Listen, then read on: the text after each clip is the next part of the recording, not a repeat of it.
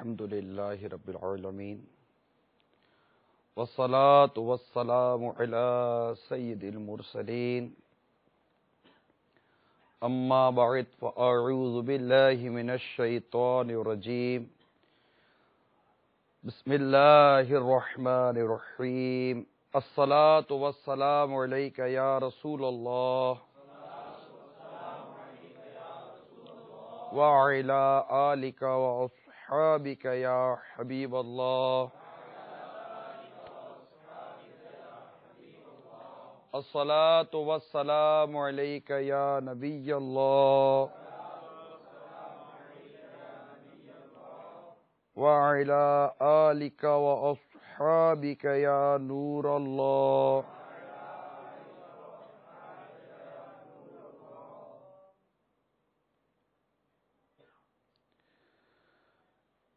سرکار مدینہ راحت قلب و سینہ فیض گنجینہ صاحب معطر پسینہ باعث نزول سکینہ صلی اللہ تعالی علیہ وآلہ وسلم کا فرمان عالی شان ہے، جو کوئی مجھ پر ایک مرتبہ درود پاک پڑھتا ہے اللہ تعالی اس پر 10 رحمتیں نازل فرماتا ہے۔ صلو علی الحبیب صلی اللہ تعالی علی محمد۔ مدنی چینل کے ناظرین اور میرے پیارے پیارے اسلامی بھائیوں، ہمیں درود پاک کی کثرت کرنی چاہیے کہ اس کے دنیاوی اور اخروی بے شمار فضائل و برکات بیان کیے جاتے ہیں۔ سمندری گنبد، یہ ہمارے شیخ طریقت امیل سنت نے یہ رسالہ ہمیں عطا فرمایا، مفتوحات المدینہ نے اسے شائع کیا، اس کا جیبی سائز میرے ہاتھ میں،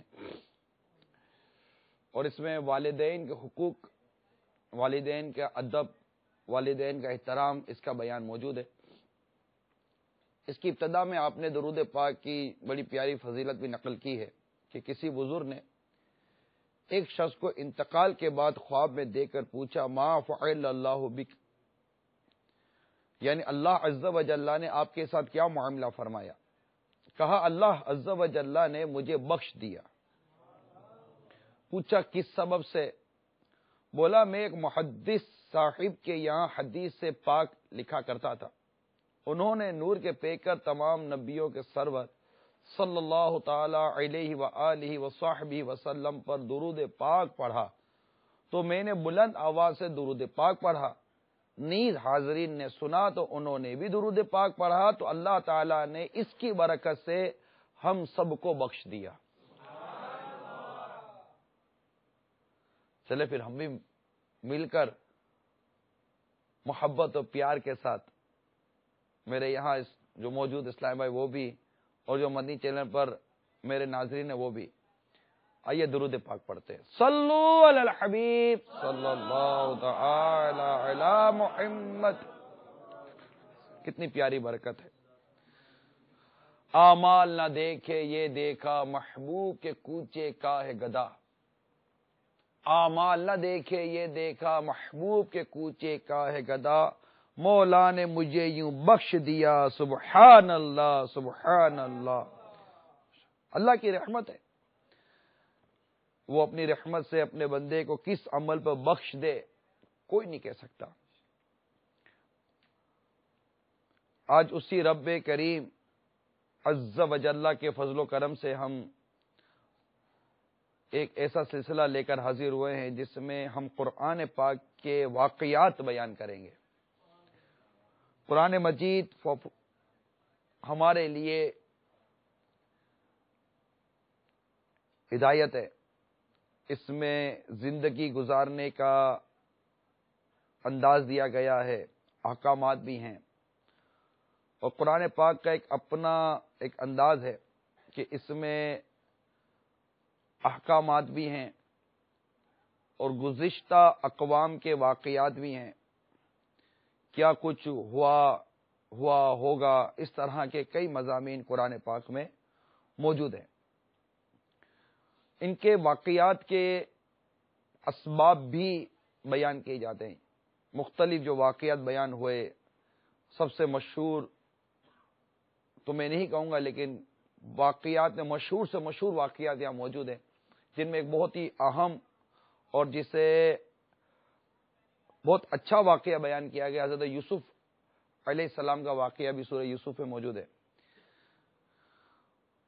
اور اس کے حضرت ابراہیم علیہ السلام کے واقعات ہیں، پرندوں کے حوالے سے مختلف واقعات ہیں، اصحاب کہف کا مشہور واقعہ بھی قرآن پاک میں موجود ہے۔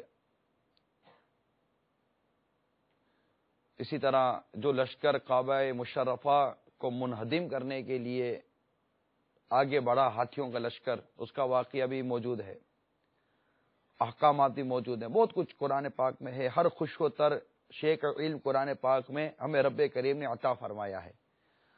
ضرورت اس امر کی ہے کہ ہم قرآن پاک کو پڑھیں، اس کو سمجھیں، اس کا مطالعہ کریں۔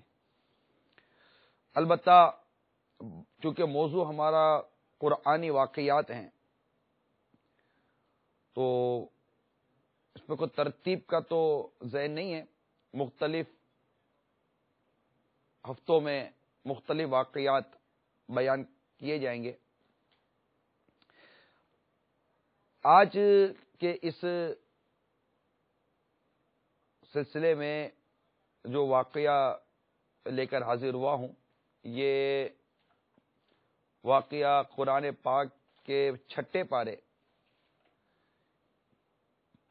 میں سورہ مائدہ ہے، اور اس کی آیت نمبر 27 سے وَاتْلُ عَلَيْهِمْ سے آیت نمبر 31 تک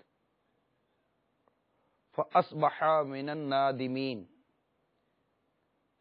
تک کا اس میں بیان موجود ہے، جس میں واقعہ ہے حابیل اور قابیل کا۔ چنانچہ آج ہم اس واقعے کو سنیں گے، اور اس واقعے کے ضمن میں جو کچھ مدنی پھول ہوں گے، کیونکہ مقصد صرف واقعہ بیان کرنا نہیں ہے، مقصد یہ ہے کہ اس واقعے میں ہمارے لیے کیا کیا مدنی پھول ہیں، اور کوشش کی جائے گی کہ یہ واقعہ جو قرآن پاک نے بیان کیا، سرکار مدینہ صلی اللہ تعالی علیہ وسلم نے جو اس واقعے کو قرآن مجید کے ذریعے پڑھ کر سنایا، بیان کیا سرکار صلی اللہ علیہ وسلم نے، اس کے پیچھے کیا رموز ہیں، کیا اسباب ہیں۔ مثال کے طور پر جیسے کہ یہ جو واقعہ ابھی ہم سنیں گے کہ یہ حضرت آدم علیہ نبینا و علیہ الصلوۃ والسلام کے دونوں بیٹے تھے، حابیل و قابیل۔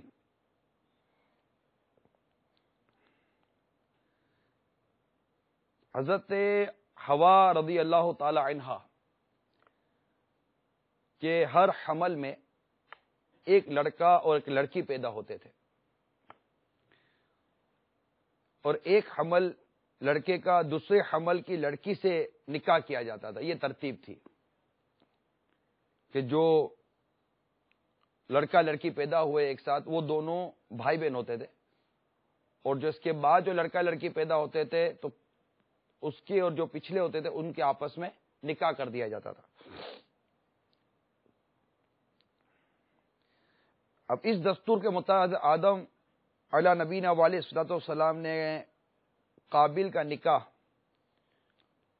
اس لڑکی کے ساتھ منعقد کرنے کا ارادہ فرمایا جو حابیل کے ساتھ پیدا ہوئی تھی، مگر قابیل اس پر راضی نہ ہوا، کیونکہ اکلیما جو تھی جو اس کے ساتھ پیدا ہوئی تھی قابیل کے ساتھ، وہ زیادہ خوبصورت تھی، اس لیے اس نے اس بات کا اظہار کیا کہ میرا نکاح اس کے ساتھ کیا جائے، میں اس سے شادی کروں گا۔ حضرت آدم علیہ نبینا علیہ الصلوۃ والسلام نے ارشاد فرمایا کہ اکلیما تیرے ساتھ پیدا ہوئی ہے، اس لیے وہ تیری بہن ہے، اس کے ساتھ تیرا نکاح نہیں ہو سکتا۔ مگر قابیل اپنی ضد پر اڑا رہا۔ بالآخر حضرت آدم علیہ نبینا علیہ الصلوۃ والسلام نے یہ حکم دیا کہ تم دونوں اپنی اپنی قربانیاں اللہ وحدہ لا شریک کے دربار میں پیش کرو، جس کی قربانی مقبول ہوگی وہی اکلیما کا حقدار ہوگا۔ اب اس زمانے میں قربانی کی مقبولیت کی یہ نشانی تھی کہ آسمان سے ایک آگ آتی، اور جس کی قربانی مقبول ہوتی وہ آگ اس قربانی کو کھا لیتی،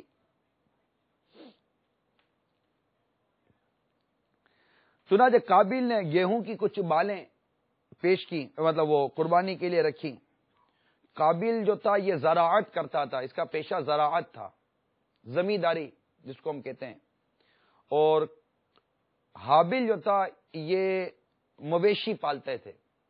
یہ دونوں کی یہ جو کام تھا یہ میں بیان کیا۔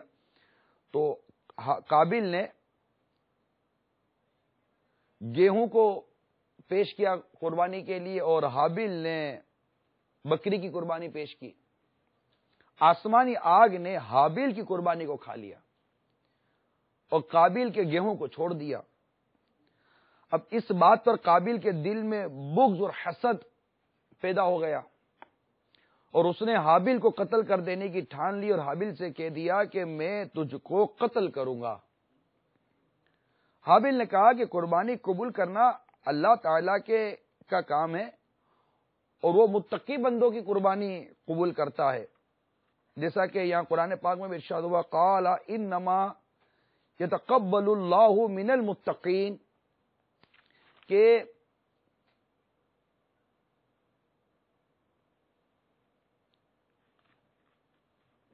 ترجمہ کنز الایمان ہے اس کا، جو یہ انہوں نے کہا، حابیل نے جو جواب دیا کہ اللہ اسی سے قبول کرتا ہے جس سے ڈر ہے، یعنی اللہ تعالیٰ متقیوں کی قربانی قبول فرماتا ہے۔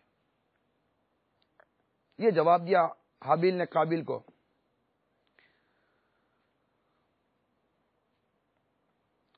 اگر تو متقی ہوتا تو ضرور تیری قربانی بھی قبول ہوتی۔ ساتھ ہی حابیل نے یہ بھی کہہ دیا کہ اگر تو میرے قتل کے لیے ہاتھ بڑھائے گا تو میں تجھ پر اپنا ہاتھ نہیں اٹھاؤں گا، کیونکہ میں اللہ سے ڈرتا ہوں۔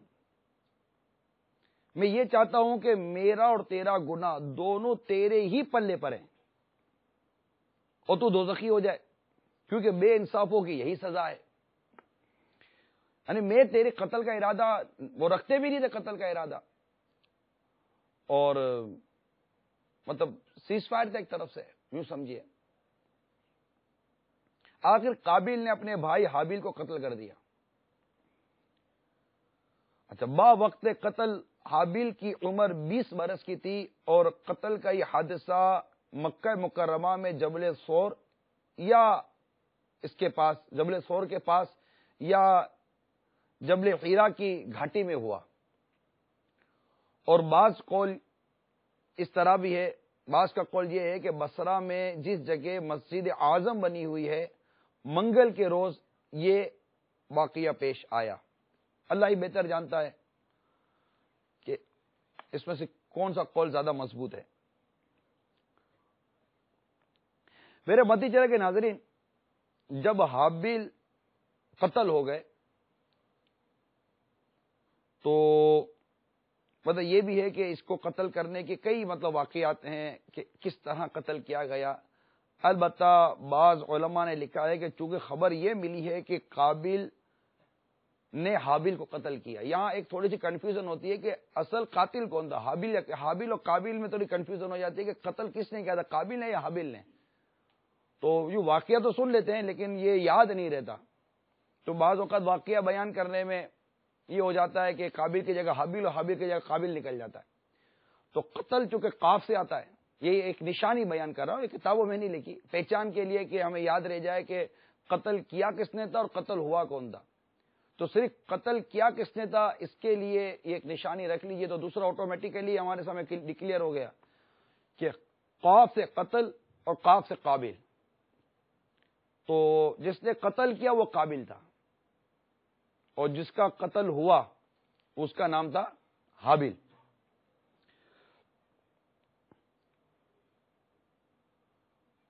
تو یہ مختلف انداز ہے، لیکن جو روایتیں جو ملتی ہیں قرآن پاک میں جس طرح بیان وہ یہ بھئی یہ قتل ہوا۔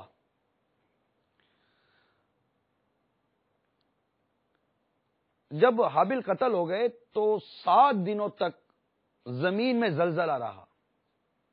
ابھی آج کل یہ زلزلے کی ساری وہ باتیں ہو رہی ہیں، تو جب قابیل قتل ہوئے نا، قابیل نے جب حابیل کو قتل کیا 7 روز تک زمین میں زلزلہ رہا،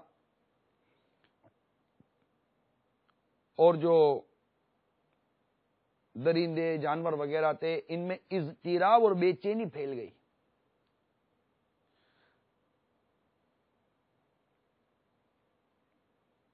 قابل جو بہت ہی گورا اور خوبصورت تھا، خون بہاتے ہی اس کا چہرہ بالکل کالا اور بدصورت ہو گیا.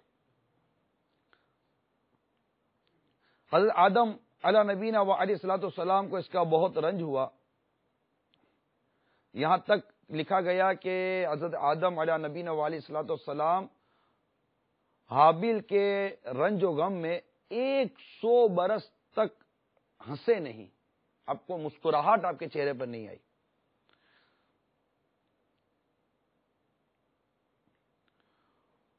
اور ایک قول کے مطابق آدم علیہ نبینا و علیہ الصلوۃ والسلام نے قابل کے لیے بد دعا بھی کی اور اس کو اپنے دربار سے نکال دیا. پھر قابل مزید ہلاکت میں اسے پڑا کہ جب یہ سرزمین عدن کو چلا گیا تو وہاں ابلیس اس کے پاس آ کر کہنے لگا کہ حابیل کی قربانی کو آگ نے اس لیے کھا لیا کہ وہ آگ کی پوجا کیا کرتا تھا، آگ کی پرستش کرتا تھا، یعنی وہ شرک کرتا تھا. لہذا تو بھی ایک آگ کی تو بھی پوجا کر. چنانچہ قابل وہ پہلا شخص ہے جس نے آگ کی عبادت کی، آگ کی پرستش کی.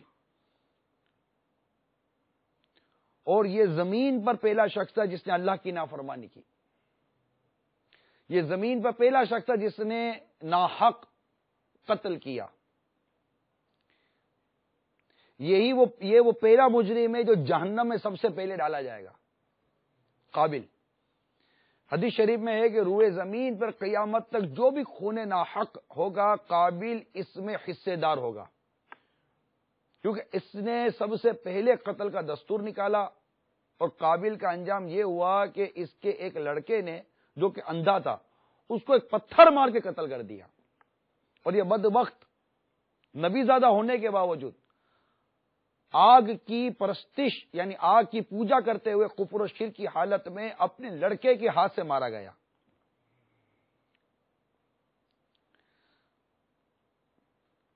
میرے مدنی چینل کے ناظرین، اگر ہم اس واقعے کا قرآن پاک میں مطالعہ کریں تو یہ سورہ مائدہ میں نے عرض کی کہ 27ویں آیت سے یہ شروع ہوگا. میرے آقا اعلی امام اہل سنت اس کا ترجمہ کچھ یوں ہمیں بیان کرتے ہیں کہ اور انہیں پڑھ کر سناؤ آدم کے 2 بیٹوں کی سچی خبر. جب دونوں نے ایک ایک نیاز پیش کی تو ایک کی قبول ہوئی دوسرے کی نا قبول ہوئی. بولا قسم ہے میں تجھے قتل کر دوں گا. کہا اللہ اسی سے قبول کرتا ہے جسے ڈر ہے. بے شک اگر تو اپنا ہاتھ مجھ پر بڑھائے گا تو مجھے قتل کرے، اپنا ہاتھ مجھ پر بڑھائے گا کہ مجھے قتل کرے تو میں اپنا ہاتھ تجھ پر نہ بڑھاؤں گا کہ تجھے قتل کرو. میں اللہ سے ڈرتا ہوں جو مالک سارے جہان کا. میں تو یہ چاہتا ہوں کہ میرا اور تیرا گناہ دونوں تیرے ہی پلے پڑے تو دوزخی ہو جائے، اور بے انصافوں کی یہی سزا ہے. تو اس کے نفس نے اسے بھائی کے قتل کا چاؤ دلایا تو اسے قتل کر دیا تو رہ گیا نقصان میں. فَأَصْبَحَ مِنَ الْخَاسِرِينَ، تو رہ گیا نقصان میں. اب غور کیجئے میرے مدنی چینل کے ناظرین کہ جب ایک بھائی دوسرے بھائی کا قتل کرنے جائے تو اس میں کس قدر وہ چاہیے ہوتا ہے، جذبات انسان کے آگے آتے ہیں کہ ایک طرف تو خون کا رشتہ بھائی ہے، سگا بھائی ہے، دوسری طرف جو چیز رکاوٹ بنتی ہے وہ ہے باپ کا رنج، باپ کا چہرہ، ماں کا رنج، ماں کا چہرہ، یہ دکھ اور یہ پریشانی کی جو یہ کیفیت ہے. وہ بھی نہ جانے کتنے انسان کے جذبات اس کے آگے آتے ہیں کہ کسی صورت وہ اپنے آپ کو روکے. ایک بھائی کا قتل کرنے جا رہا ہے نا، لیکن غور کیجئے کہ آخر وہ کیا اسباب تھے کہ وہ ان سارے جذبات کی حدیں وہ پھلانگ گیا اور حدیں پھلانگ کر وہ اس نے اپنے بھائی کو قتل کر دیا. اگر ہم اس میں غور کریں تو جو سب سے بنیادی سبب ہے جو اس واقعے کو قرآن نے بیان کرنے کا بھی سبب بیان کیا گیا وہ ہے حسد. یوں کہ سرکار مدینہ راحت قلب و سینہ صلی اللہ تعالی علیہ وآلہ وسلم سے کفار مکہ حسد کرتے تھے کہ یہ انبیاء کرام علیہ السلام کے جس واسطے سے سرکار صلی اللہ تعالی علیہ وسلم تشریف لائے تو یوں نبوت کا سلسلہ منتقل ہوا اور سرکار صلی اللہ تعالی علیہ وسلم خاتم النبیین ہوئے تھے. انہیں ایک تو یہ حسد تھا کہ سلسلہ نبوت ہم سے نکل کر اس سمت چلا گیا. یہ ایک حسد کا جذبہ تھا جس سے وہ سرکار صلی اللہ تعالی علیہ وسلم کے یہاں تک کہ خون کے پیاسے ہو گئے اور سرکار صلی اللہ تعالی علیہ وسلم کے ان کے اس انداز سے انتہائی رنج و ملال ہوتا تھا. اس سے پہلے سرکار صلی اللہ تعالی علیہ وسلم کے ساتھ جو ان کا برتاؤ تھا یہود و نصارہ کا, اس سے متعلق آیات میں بیان ہوا ہے قرآن پاک کے. اگر آپ اس سے پہلے کی آیتوں کا مطالعہ کریں گے تو وہ انہوں نے جو اللہ تبارک و تعالیٰ کے ساتھ عہد شکنی کی, جو مطلب جو میثاق تھے, جو ان کی خلاف ورزیاں کی, اس کا پورا بیان موجود ہے کہ یہ کیسے لوگ ہیں. پھر اب آ کر ان کا جو رویہ تھا جس میں حسد انتہائی بنیادی چیز تھی وہ اب بیان کرنے کے لیے ایک مثال کے لیے اب سرکار صلی اللہ تعالی علیہ وآلہ وسلم پر حضرت آدم علیہ نبینا علیہ الصلوۃ والسلام کے ان دونوں بیٹوں کا واقعہ قرآن پاک کے ذریعے نازل کیا گیا, پیش کیا گیا اور یہ ارشاد ہوا کہ اور انہیں پڑھ کر سناؤ آدم کے دو بیٹوں کی سچی خبر. پھر چونکہ یہ خبریں اور بھی کئی واقعات ہیں قرآن پاک کے اندر کہ یہ خبریں یہ اپنی کتابوں کے اندر توریت اور انجیل اور دیگر کتابوں کے اندر یہ اس طرح کے واقعات پڑھتے آ رہے ہیں اور ان کو پتہ ہے کہ یہ واقعات کس کس طرح نمودار ہوئے, نسل در نسل کئی واقعات انہوں نے سنے. پھر ان کے سامنے تھا کہ سرکار مدینہ صلی اللہ تعالی علیہ وآلہ وسلم اپنی ولادت با سعادت سے لے کر اعلان نبوت تک اور اب تک کہاں کہاں گئے ہیں, کہاں کہاں آتے جاتے تھے, کس شے تک ان کو علم تھا. جب سرکار صلی اللہ تعالی علیہ وسلم قرآن پاک کے یہ واقعات بیان کرتے ہیں, سورہ یوسف کے جو حضرت یوسف علیہ السلام کے واقعات, نمرود ابراہیم علیہ السلام کے واقعات, موسیٰ اور فرعون نمرود کا واقعہ جو ابراہیم علیہ السلام کے ساتھ ہوا, نمرود تو کافر تھا, ابراہیم علیہ السلام کے ساتھ ہوا. اسی طرح جو حضرت موسیٰ علیہ السلام کا جو معاملہ تھا ان کے ساتھ اپنے فرعون کے ساتھ, اس کے پورے واقعات بیان. حضرت عیسیٰ روح اللہ علیہ نبینا علیہ الصلوۃ والسلام کے جو واقعات ہیں وہ بیان ہوئے. تو اس طرح کے جو واقعات سرکار صلی اللہ تعالی علیہ وآلہ وسلم نے بیان کیے تو وہ خود اس بات پر غور کرتے تھے کہ ان کو یہ واقعات کہاں سے پتہ چلتے ہیں, کیسے پتہ چلتے. یہ ان کی مطلب سرکار صلی اللہ تعالی علیہ وسلم کی جو نبوت کی جو صداقت تھی, حقانیت تھی, یہ اس پر دلیل بھی تھی. اور اس بات کی بھی دلیل تھی کہ ان پر قرآن پاک نازل ہوتا ہے, اللہ کا کلام نازل ہوتا ہے اور یہ اس سے پڑھ کر ہمیں بتاتے ہیں, ہمیں بیان کرتے ہیں کہ یہ چیزیں بیان ہوئی. ان تمام چیزوں کو تسلیم کرتے تھے.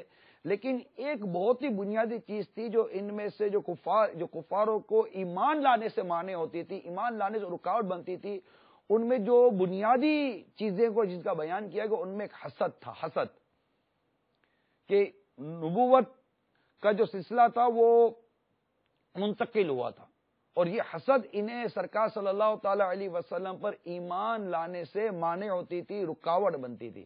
تو یہاں پر حسد کا ایک بہت ہی اہم واقعہ بیان ہوا کہ وہ شے کہ ایک بھائی سامنے ہے, نہ وہ بھائی کے خون کے رشتے کا پاس کر رہا ہے, نہ وہ ماں کے چہرے کو دیکھ رہا ہے, نہ وہ باپ کے چہرے کو دیکھ رہا ہے. ان تمام جذبات کو کچل کر اس نے اپنے بھائی کو قتل کر دیا.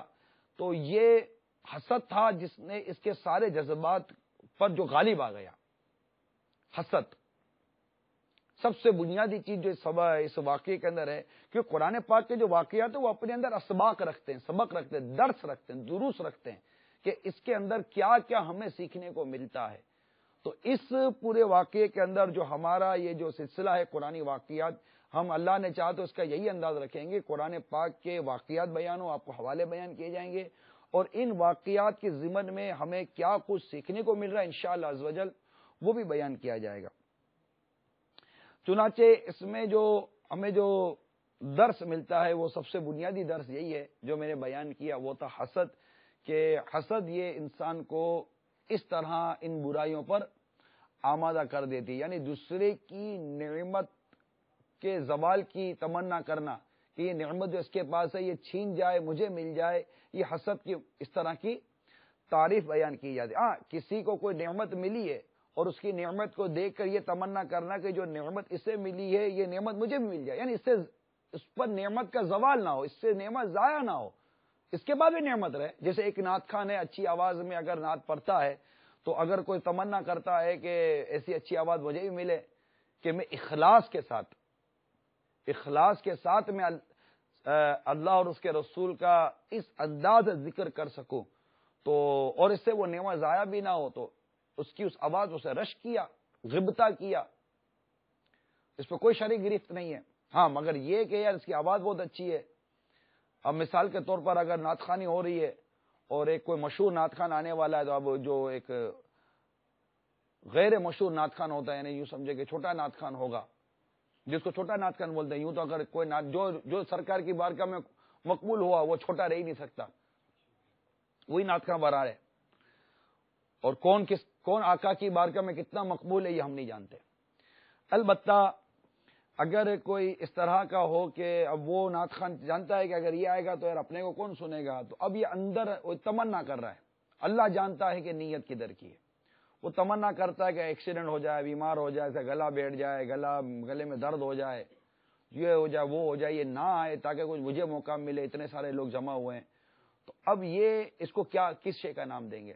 یہ کتنی بڑی اور کتنی گندی بیماری ہے.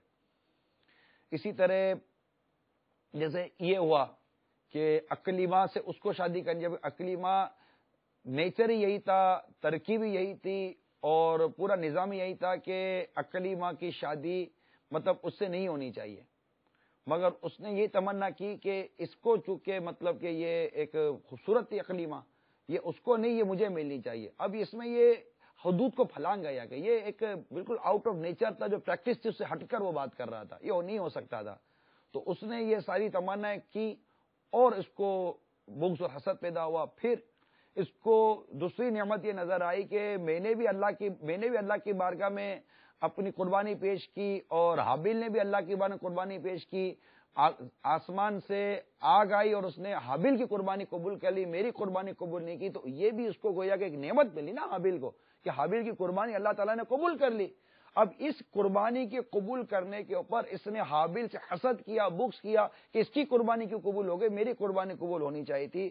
دیکھیے کتنا پیارا جواب دیا حابیل نے کہ تو ایک کی قبول ہوئی دوسری نہ ہوئی, بولا قسم ہے میں تجھے قتل کر دوں گا. کہا اللہ اسی سے قبول کرتا ہے جسے ڈر ہے. بے شک اگر جسے ڈر ہے اللہ تعالیٰ اس کی قربانی قبول کرتا ہے. یہ تو قبول کرنا نہ کرنا تو اللہ کی مرضی ہے, میرے ہاتھ میں تھوڑی کوئی ہے. جیسے کہ ہمارے فی زمانہ ایسا ہوتا ہے کہ یار اللہ نے اس کو دے دیا مجھے کیوں نہیں دیا. ارے اللہ کی مرضی ہے, جس کو جو چاہے دے دے. اللہ نے اس کو اچھی آواز دی مجھے کیوں نہیں دی, اللہ نے اس کو عزت دی مجھے کیوں نہیں دی, اللہ نے اس کے ساتھ یہ کیا مجھے کیوں یہ نہیں کیا. بعض اوقات اس سے کفر صادر ہو جاتا ہے, ایمان سے ہاتھ دھو بیٹھتا ہے, جس کی وضاحت امیر اہل سنت نے اپنی کتاب کفریہ کلمات کے بارے میں سوال جواب جو کتاب ہے, یہ کتاب اس میں اللہ عز و جل پر اعتراض کرنے کے حوالے سے پورا باب موجود ہے, پورا چیپٹر موجود ہے کہ اللہ تبارک تعالیٰ پر اعتراض کرنے کے حوالے سے. اس سے پورا باب موجود ہے کہ بندہ کس طرح مصیبت میں, پریشانی میں, یا اس کو اگر اس طرح کی اسی خواہشیں پوری نہیں ہوتی, اس کی تمنائیں پوری نہیں ہوتی, اور کسی اور کی تمنائیں خواہشیں پوری ہوتے ہوئے وہ محسوس کرتا ہے, تو کس انداز سے وہ اپنے رب کریم کی جناب میں اعتراض وارد کرتا. پھر بعض وقت ایسے جملے زبان سے وقت دیتا ہے جس سے اس کا ایمان برباد بھی ہو جاتا ہے, جس کی وضاحت اس کتاب میں موجود ہے. تو اب نعمت ملنا یہ اللہ تبارک و تعالیٰ کی مشیت پر اس کی مرضی ہے. میں بھی اس کا بندہ ہوں, آپ بھی اس کے بندے ہیں. اللہ تعالیٰ اپنے بندوں میں سے جس کو جو چاہے نعمت دے دے, جس سے جو چاہے نعمت چھین لے. وہ قادر مطلق ہے, ہم اس کے بندے ہیں.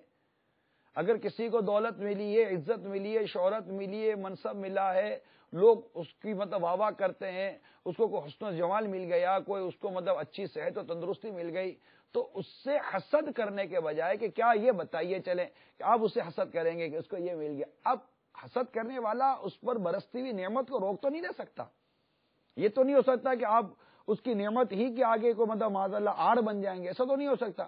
اس کو جو ملنا ہے اس کو مل کر ہی رہے گا. ڈیفینیٹلی یہ ایک طے ہے کہ اللہ تعالیٰ نے جس کو جو دینا ہے وہ دے کر وہ اس کو ملنا ہی ملنا ہے، اور اللہ تعالیٰ نے جس کو کوشش نہیں دینی اب کوئی مل کر اس کو دلا نہیں سکتے، اور دینی ہے تو سب مل کر اس کو روک نہیں سکتے. تو سوائے اس کے کیا چارہ ہے کہ ہم اگلے کے پاس جو نعمت آئی اس نعمت پر حسد کرنے کے بجائے ہم کو اگر وہ نعمت پسند ہے، وہ اچھی ہے، تو ہم رشک کریں. غبطہ جس کو کہتے ہیں غین با طا خانوا آگے لگے گا، غبطہ کریں، اس پر رشک کریں. تے اللہ تعالیٰ نے جو اس کو دی ہے، جیسے کہ حدیث پاک میں آیا دو کے لیے، تو وہاں تو حسد کا لفظ ہے حدیث پاک میں، تو یہاں اس حسد سے مراد رشک اور غبطہ ہے کہ دو کے لیے جائز ہے کہ اللہ تعالیٰ نے جسے اچھا قرآن عطا کیا اور وہ اللہ کی بارگاہ میں قرآن کی دن رات تلاوت کرتا ہے، تو کوئی شخص اس کو دیکھے کہ یہ کتنا اچھا قرآن پڑھتا ہے اللہ کی بارگاہ میں دن رات میں، اب اسے دیکھ کر یہ تمنا کرے کہ کاش مجھے بھی ایسا قرآن ملا ہوتا، میں بھی اللہ کی بارگاہ میں دن رات اس کو پڑھتا. اسی طرح اگر کوئی مالدار کو دیکھے کہ اس کو اللہ تعالیٰ نے مال دیا ہے اور وہ دن رات اللہ کی بارگاہ میں اپنے مال کو خرچ کرتا ہے، اب اگر وہ تمنا کرتا ہے کہ یا اللہ مجھے بھی ایسا مال دیتا کہ میں بھی تیری راہ میں خرچ کرتا، اس کو حدیث میں اس کو پسند آیا اور اس کو مطلب مستحسن و محمود قرار دیا گیا ہے. ہاں، اس کے علاوہ جو ایک دنیاوی نعمتیں ہوتی ہیں کہ وہ اگر اس کے لیے آدمی غبطہ کرتا ہے، رشک کرتا ہے تو مباح ہے، لیکن حسد تو نہ کرے کہ اس سے یہ چیز چھین جائے. امیر سنت شیخ طریقت بڑی پیاری مثال دیتے ہیں کہ ایک بچے کو اگر آپ گود میں لے لیں اور اس کو پیار کا دوسرا بچہ دوڑتا ہوا تو اس کو دھکے مارتا ہے، ہٹا اس کو، میں مطلب مجھے پیار کرو. کسی کو دو تو وہ مطلب چھین بھی لیتے ہیں، طرح طرح کے بچے اس طرح کی حرکتیں کرتے ہیں. میرے سنت فرماتے ہیں کہ چھوٹا سا بچہ بھی بالغ نہیں ہے، اس کے اوپر کوئی حکم شریعت نہیں ہے، مگر یہ بتا رہا ہے کہ دیکھو یہ جو کام جو ہم کر رہے ہیں اس کو حسد کہتے ہیں، تو یہ ہمارا کام ہے، یہ تمہارا کام نہیں ہے، تم پر قلم چلتی ہے، تم مکلف ہو، تم بالغ ہو، تم اگر حسد کرو گے تو تمہاری گرفت ہو جائے گی. تو حسد کیا ہے، اس کی علامتیں کیا ہیں، حسد کے حوالے سے اس سے بچنے کی تدابیر، اس سے بچنے کی صورتیں کیا ہیں، ان سب کا مطالعہ کرنا چاہیے. یہ مہلکات میں سے ہے، ہلاک کر دینے والی جو باطنی بیماریاں ان میں سے ہے. حسد حرام و جہنم میں لے جانے والا کام ہے، اور حسد یہ نیکیوں کو برباد کر دیتا ہے. حاسد جس کو حسد ہو جاتی ہے، اس کا مطلب کہ اتنا بڑا یہ اس کے لیے ایک تعزیانہ ہے، اس کے لیے عبرت کا مقام ہے کہ اس کو چونکہ حسد ہو گئی ہے اگلے کی نعمت سے. حسد کس سے ہو گئی؟ اگلے کی نعمت سے. جب اس کو اگلے کی نعمت سے حسد ہو گئی تو اب اس کو جب اگلے کی نعمت حسد ہو گئی، اب اس کے مقدر میں جو نعمت ہے وہ اس کو ملے گی، اور یہ متعلق ہو گیا ہے اس کی نعمت سے. تو جو اس کی نعمت بڑھتی چلی جائے گی تو اس کے حسد کا گراف بھی بڑھتا چلا جائے گا. جو نعمت بڑھتی جائے گی اس کے حسد کا گراف بھی بڑھتا چلا جائے گا. اب آپ بتائیے کہ یہ حسد کی آگ میں جل کے کتنا جلے گا، نعمت اور حسد. تو اب اس کو چونکہ حسد جو کے ساتھ نعمت کے ساتھ اس کو حسد ہو گئی، تو جو اس کی نعمت کا گراف بڑھتا چلا جائے گا تو اس کا حسد بڑھتا چلا جائے گا. اب وہ جلتا رہے گا، کڑتا رہے گا، ہونا کچھ بھی نہیں ہے، ہوگا کچھ بھی نہیں. اب جیسے کہ سرکار صلی اللہ تعالی علیہ وسلم کے مقام و مرتبے سے حسد کی گئی، تو سرکار صلی اللہ علیہ وسلم کی شان اور آپ کا مرتبہ ہر آنے والی گھڑی پچھلی گھڑی سے بہتر ہے. مرتبہ بڑھتا ہی چلا جا رہا ہے، بڑھتا ہی چلا جا رہا ہے، بڑھتا ہی چلا جائے گا. تو گھٹائے کسی کے نہ گھٹائے نہ گھٹے، تو گھٹائے کسی کے نہ گھٹائے نہ گھٹے، جب بڑھائے تجھے اللہ تعالیٰ تیرا. وَرَفَعْنَا لَكَ ذِكْرَكَ کا ہے سایہ تجھ پر، بول بالا ہے تیرا، ذکر ہے اونچا تیرا. تو اب جس کو اللہ تبارک و تعالی ترقی دے، جس کو اللہ تعالیٰ برکت دے، جس کو اللہ تعالیٰ عروج دے، تو اب ذہن یہ بنا لیجئے میٹھے اسلامی بھائیوں کہ ہم نے حسد نہیں کرنا، کیونکہ یہ حسد جو ہے نا یہ بہت سی بیماریوں کی جڑ ہے. حسد جب ہوتی ہے تو بندہ اس کے بارے میں میں لگتا ہے، تجسس میں لگتا ہے، اس کو نقصان پہنچانے کی کوشش کرتا ہے. اور دیکھیے حسد نے آخر قابل کو حابیل کا قتل کروا دیا، اور آخر کار اس کا یہ قتل اسے کہاں کے کہاں لے گیا، اسے کہاں کے کہاں لے گیا۔ تو ہمیں اس چیز سے بچنا چاہیے۔ اب رہا وہ جس سے حسد کیا جاتا ہے، میں اس کے متعلق کچھ ایک دو مدنی پھول عرض کرتا ہوں کہ دیکھیے، حاسد کو اگر جیسے حسد ہو گیا، جس کو حسد ہوا وہ اس کو حاسد کہتے ہیں۔ اب حاسد کو جو حسد ہو گیا تو وہ ہوا ہے آپ کی نعمتیں دیکھ کر۔ اس میں ایک مدنی پھول ہے، مشورہ دے رہا ہوں آپ کو، کوشش یہ کیجئے کہ اپنی جو کچھ فیچرز پلاننگ ہوتی ہیں، کچھ کام کرنے کا جیسا منصوبہ بناتے ہیں، تو حتی الامکان کوشش کریں کہ اس کو بہت زیادہ ڈکلیئر نہ کریں۔ یہ روایتوں میں اس طرح کا مضمون موجود ہے، میں اس کے مطابق عرض کر رہا ہوں۔ تو بہت زیادہ ڈکلیئر نہ کریں، اور ڈکلیئر کر کے ایسا نہ ہو کہ آپ ڈکلیئر کریں اور آپ کسی نعمت کا یا کسی مطلب ہونے والے اچھے واقعے کا اظہار بلا وجہ یوں کرتے پھرے، اور آپ کے بارے میں وہ حسد ہو جائے یا پھر کوئی نظر بد بھی لگ جاتی ہے۔ اور آپ غور کیجئے، یہ شاید میرے مدیجے کے ناظرین کو یا یہاں جو اسنا میں بیٹھے ہیں آپ کو بھی شاید اس بات کا تجربہ ہو سکتا ہے کہ کوئی کام آپ کرنا چاہتے ہیں، آپ کسی کو نہ کہ بعد ہوگا وہ کام ہو جاتا ہے۔ آپ کو تجربہ ہے اس کا؟ اور کوئی کام آپ کرنا چاہتے ہیں اور آپ کسی کو کہہ دیتے ہیں کہ وہ مطلب کہ میں یوں کرنے جا رہا ہوں، یہ کرنے، بعد ہوگا ہوتا ہے وہ کام ہی نہیں ہوتا۔ یہ آپ وہ سو کو اس بات کا ایکسپیرینس ہوگا۔ تو روایت پہ اس طرح کا مطلب مضمون موجود ہے کہ اپنی مطلب ان چیزوں کو مخفی رکھو تاکہ تم اپنے کام کو تکمیل تک پہنچانے میں کامیاب ہو جاؤ۔ تو ہر بات ڈکلیئر کرنے کی نہیں ہوتی۔ پھر دوسری بات، کھائی نہ کھائی اپنے آپ کو ایکسپوز کرنا، اپنے آپ کو مطلب کہ وہ ڈکلیئر کرنا، کھائی نہ کھائی، کیونکہ دور جو ہے نا وہ بڑا نازک ہے، لوگوں کے پاس ظرف نہیں ہے۔ اچھا، غربت، پریشانی، تکلیفیں بہت ہیں، تو انسان سامنے والا جو ہے نا بعض اوقات اپنے آپ کو قابو نہیں کر پاتا۔ تو اگر ہو سکے تو اپنے کردار میں، اپنے اطراف میں، اپنے اس میں سادگی پیدا کریں۔ انشاءاللہ عز و جل آپ سادگی رکھیں گے تو امید ہے کہ آپ سے حسد کرنے والے کم ہوں گے، کیونکہ روایتوں میں آتا ہے کہ امیر میں بھی اعتدال ہے اور غریب میں بھی اعتدال ہے۔ یعنی اگر تم امیر ہو تب بھی اعتدال میں رہو، تم غریب ہو تب بھی اعتدال میں رہو۔ دونوں صورتوں کے اندر اعتدال کو سرکار صلی اللہ علیہ وسلم نے پسند فرمایا۔ حدیث پاک کے اندر یہ بات ہمیں سمجھائی گئی ہے کہ دونوں صورتوں میں اعتدال اختیار کرو۔ اگر ہم اعتدال رکھتے ہیں یعنی لباس کے اندر، اب بعض اوقات کیا ہوتا ہے کہ انسان کے پاس جب دولت آ جاتی ہے یا شہرت آتی ہے نا، تو اس کا تھوڑا سا رکھ رکھاؤ، رہن سہن تھوڑا تبدیل ہو جاتا ہے۔ دیکھیں، میں کوئی ناجائز وغیرہ کی بات نہیں کر رہا، ٹھیک ہے نا، میں ایک مشورتاً ایک سمجھانے کے لیے عرض کر رہا ہوں کہ جب تھوڑے بہت تبدیلی آتی ہے، تھوڑے پیسے آ گئے، کاروبار کھل جاتا ہے، تو انسان تھوڑا سا گھر بار میں بھی ایک نارمل، ایک تو چلو تنگ گھر تھا، آپ نے کشادہ گھر لے لیا، لیکن کشادہ گھر رہنے کے بعد بھی کچھ ایکسٹرا آرڈنری اس کے اوپر ایسا کام کروا لینا، پھر وہ اپنی گاڑیوں کے اندر تبدیلیاں، تو گھڑی تبدیل ہو جاتی ہے، تو پھر گلاسز تبدیل ہو جاتے ہیں، قلم تبدیل ہو جاتی ہے، تو وہ کپڑے بھی تھوڑے چمک دمک والے اور تھوڑے سے وہ اسٹائل تھوڑا تبدیل ہو جاتا ہے، پھر وہ چال تھوڑی تبدیل ہو جاتی ہے، تو یہ تبدیل تو وہ تبدیل، ہیئر اسٹائل تھوڑا تبدیل ہو جاتا ہے۔ اچھا، بعض اوقات دیکھتے ہیں کہ بیٹھنے کا انداز بھی تبدیل ہو جاتا ہے، سوچنے کا انداز بھی تبدیل ہو جاتا ہے، کیونکہ کوئی بزرگوں نے فرمایا کہ جب کوئی شے ملتی ہے تو اپنے لوازمات کے ساتھ ملتی ہے۔ شہرت بھی ملتی ہے تو اپنے لوازمات کے ساتھ آتی ہے، دولت بھی آتی ہے تو اپنے لوازمات کے ساتھ آتی ہے۔ اب وہ لوازمات میں بعض خیر کے پہلو ہوتے ہیں، بعض شر کے پہلو ہوتے ہیں۔ انسان اپنے آپ کو شر کے پہلو سے بچائے، اپنے آپ کو شر کے پہلو سے بچائے، اور اسپیشلی طور پر اپنے انداز کو حتی المقدور سادہ رکھے کہ لوگوں کی نظروں کو کھینچے ایسا کام نہ کرے۔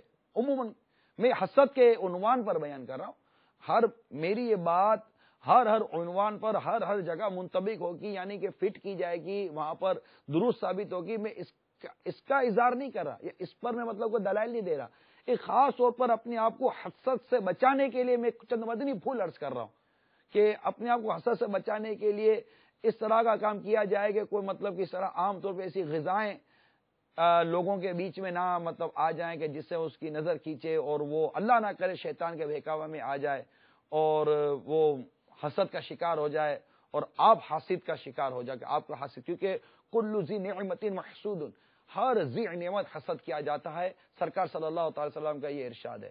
تو اب نعمت جب ملے گی نا تو حاسد پیدا ہو جاتا ہے، کوئی نہ کوئی پیچھے پڑ ہی جاتا ہے۔ اب یہ کوئی نہ کوئی پیچھے پڑ جاتا ہے نا تو اپنے کو تکلیف بہت ہوتی ہے۔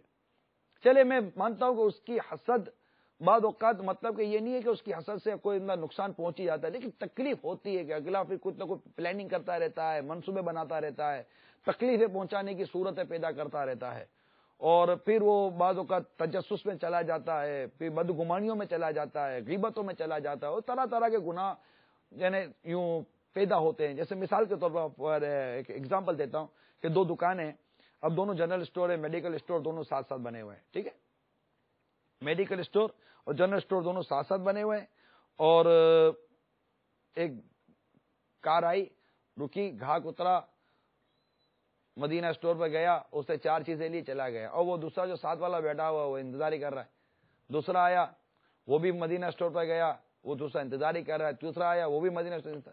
اب وہ جو دیکھ رہے ہیں 3 4 گاہک، جو آ رہا ہے ادھر ہی جا رہا ہے، جو آ رہا ہے ادھر ہی جا رہا ہے۔ اب 2 چیزیں سامنے آئیں گی، یا تو وہ یہ سوچ بنائے، یا اللہ کی بارگاہ میں اگر اس کو عرض کرنی ہے تو یوں مطلب کہ اللہ کی بارگاہ میں عرض کر دے، کہ اللہ تبارک و تعالیٰ تو دلوں کا حال جانتا ہے، ضرور نہیں ہے کہ دکان میں بیٹھے بیٹھے ہاتھ اٹھائیں، آپ اللہ کی بارگاہ میں عرض کریں، اللہ تعالیٰ دعاؤں کو قبول کرنے والا، التجاؤں کو سننے والا ہے۔ تو جیسے آپ نے ایک سوچ یہ بنتی ہے کہ یا اللہ اس کو گھاٹ عطا کر رہا ہے، اس کو برکت دے، یا اللہ مجھے بھی عطا فرما دے، ایک یہ بنتی ہے نا دعا، اور ایک یہ بنتی ہے کہ وہ دعا کیا ہوگی، وہ تو مطلب ایک تمنا ہوگی خالی کی، وہ تمنا یہ ہوگی کہ اب جیسے چوتھا آدمی اترا تو وہ کوشش کرے گا یہ ادھر آ جائے، یہ ادھر آ جائے، تھوڑا یوں ہلے گا، تھوڑا ادھر ہلے گا، تھوڑا باہر نکلے گا، تھوڑی چیز یوں صحیح کرے گا، وجہ اس کی یہ ہوگی، تھوڑا اٹریکشن پیدا کرے گا، وجہ اس کی یہ ہوگی کہ یہ ادھر اٹریکٹ ہو، ادھر اٹریکٹ ہو، ادھر اٹریکٹ۔ مگر یاد رکھو، جس گاہک کو رب نے جس دکان پہ بھیجتا نا، گاہک نے اسی دکان پہ جانا ہے، یہ مطلب اس سے کچھ نہیں ہوتا۔ آپ کا یہ ایکسپیرینس ہوگا کہ گلی کوچوں کے اندر ویرانوں میں بنی ہوئی دکانیں چلتی ہیں، اور مین سڑک پر مارکیٹ کو اور بالکل ایریا کے اندر بنی ہوئی دکانیں فلوپ ہو جاتی ہیں۔ یہ تو اتنا آپ کو تجربہ ہوگا کہ مت پوچھے بات۔ ایک عام سا آدمی ہوتا ہے، اسے مطلب کہ جوڑا بہت اچھا مل جاتا ہے، ایک عام سی لڑکی ہوتی ہے، اسے دولہا بہت اچھا مل جاتا ہے، ان ایکسپیکٹڈ چیزیں بعض اوقات سامنے آ جاتی ہیں۔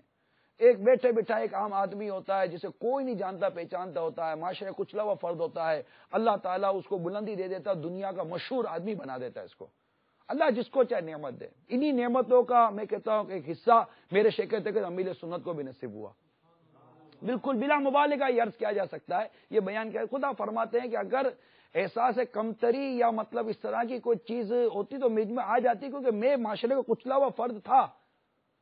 اپنے جو ابتدائی جو حالات بیان کرتے ہیں، کاروبار کے حالات اور جو گھر بار کے حالات بیان کرتے ہیں، اور کوئی ایسا جو آپ کا فیملی بیک گراؤنڈ ہے، کوئی ایسی وہ گدی نشین ہونا، یا مطلب کوئی ایسا وہ پیر خانہ ہونا، یا کوئی زمیندار یا دولت مند ہونا، کوئی اس طرح کے کوئی ایسا بیک گراؤنڈ ملتا نہیں ہے، لیکن ایک اس طرح مطلب ایک معاشرے کا ایک فرد جو یوں کرتے کرتے پھر مسجد کا امام بنا، مسجد کے امام سے آتے آتے آتے آتے امام بنتے بنتے بنتے بنتے آج وہ شخص ساری دنیا اس کو امیر اہل سنت کے نام سے یاد کرتی ہے۔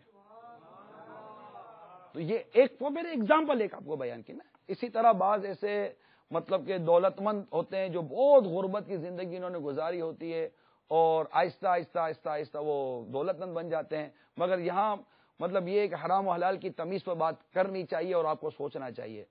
تو یہ ہے کہ بعض اوقات انسان کو ایسا ہو جاتا ہے تو وہ لوگ اس کے متعلق گمان کرتے ہیں کہ کیا ہو گیا، بیٹھے بیٹھے ایک دکان کی 4 دکانیں، 4 دکان کی 10 دکانیں، ایک فیکٹری کی 4 فیکٹری بن جاتی ہے، اس طرح کا یہ ساری چیزیں ہو جاتی ہیں۔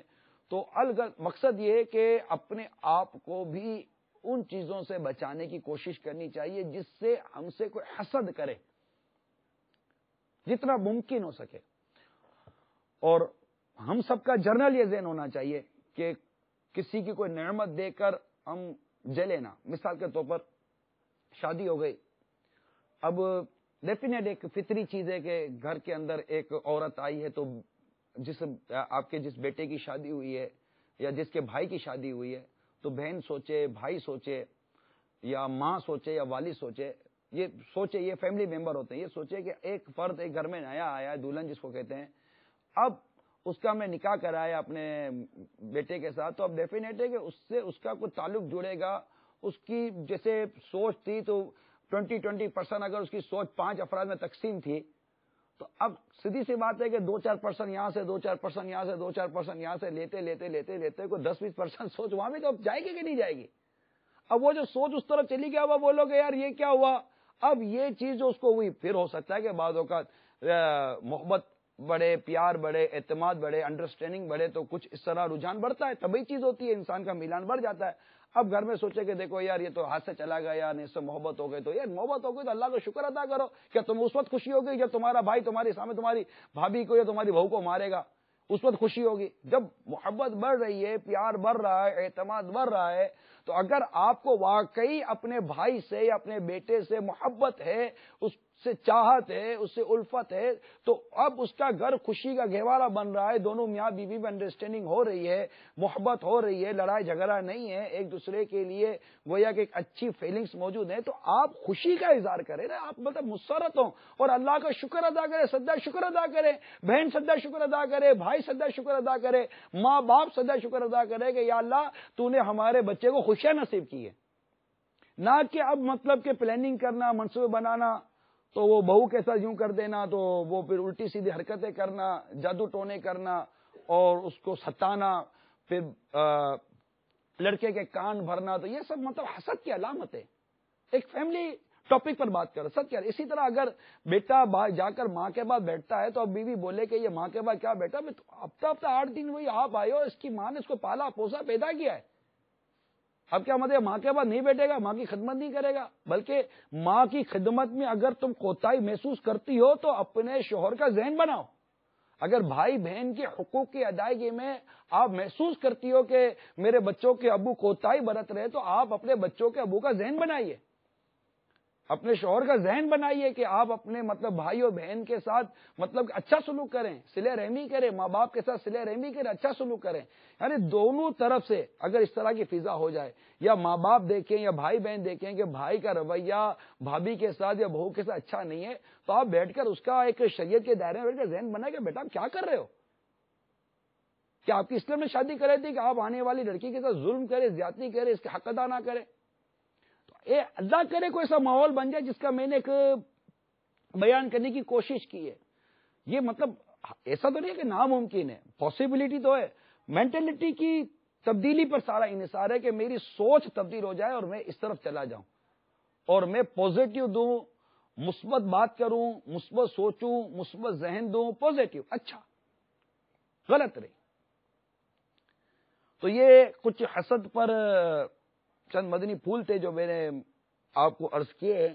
اللہ تعالی ہم سب کو اس پر عمل کی توفیق عطا فرمائے. ساتھ ہی یہ جو بیان ہوا واقعہ، اس میں ایک اور بات یہ آئی کہ آپ نے حدیث پاک بھی سنی کہ روئے زمین پر قیامت تک جو بھی خون ناحق ہوگا قابل اس میں حصہ دار ہوگا، کیونکہ اسی نے سب سے پہلے قتل کا دستور نکالا. اور قابل کا انجام یہ ہوا کہ اس کے ایک لڑکے دستور نکالا. یہاں سے ایک مسئلہ جو ہمارے سامنے آیا وہ یہ ہے کہ ہر نیکی ایجاد کرنے والوں کو قیامت تک کی جانے والی نیکیوں اور ہر برائی کرنے والوں کو، ہر برائی ایجاد کرنے والوں کو قیامت تک کی جانے والی برائیوں میں سے اپنا اپنا حصہ ملتا ہے. چنانچہ مسلم شریف کی یہ روایت ہے کہ جس نے اسلام میں نیک طریقہ ایجاد کیا اور اس کے بعد اس طریقے پر عمل کیا گیا، اس کے لیے بھی اس پر عمل کرنے والوں کی مثل اجر لکھا جائے گا، اور ان کے اجروں میں، جو اس پر عمل کریں گے ان کے اجروں میں کوئی کمی نہیں ہوگی.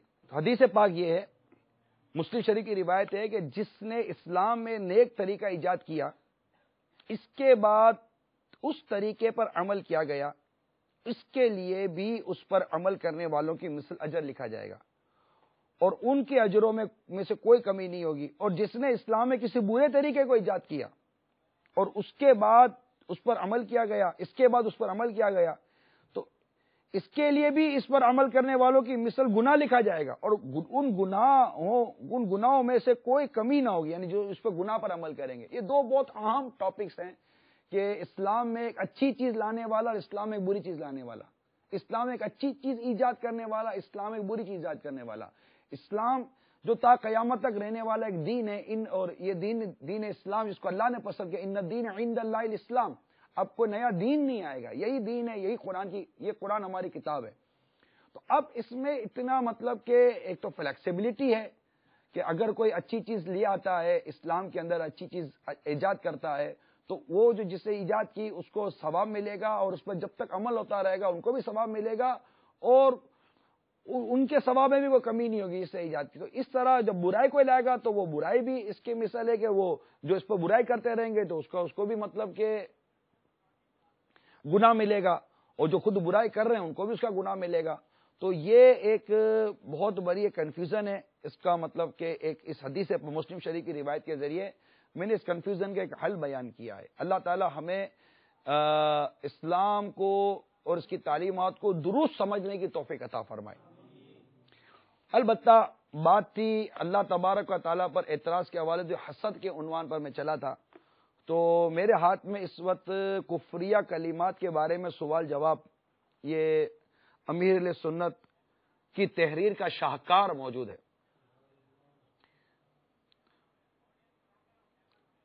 اور اس کے صفحہ نمبر 141 141 پر نقل ہے، سوال ہے، اللہ عز و جل پر اعتراض کرنا کیسا؟ جواب، قطعی کفر ہے اور معترض کافر و مرتد۔ اب یہاں دوسرا یہ ہے کہ یہ بھی وضاحت کر دیجئے کہ آخر اعتراض کرنا کیوں کفر ہے؟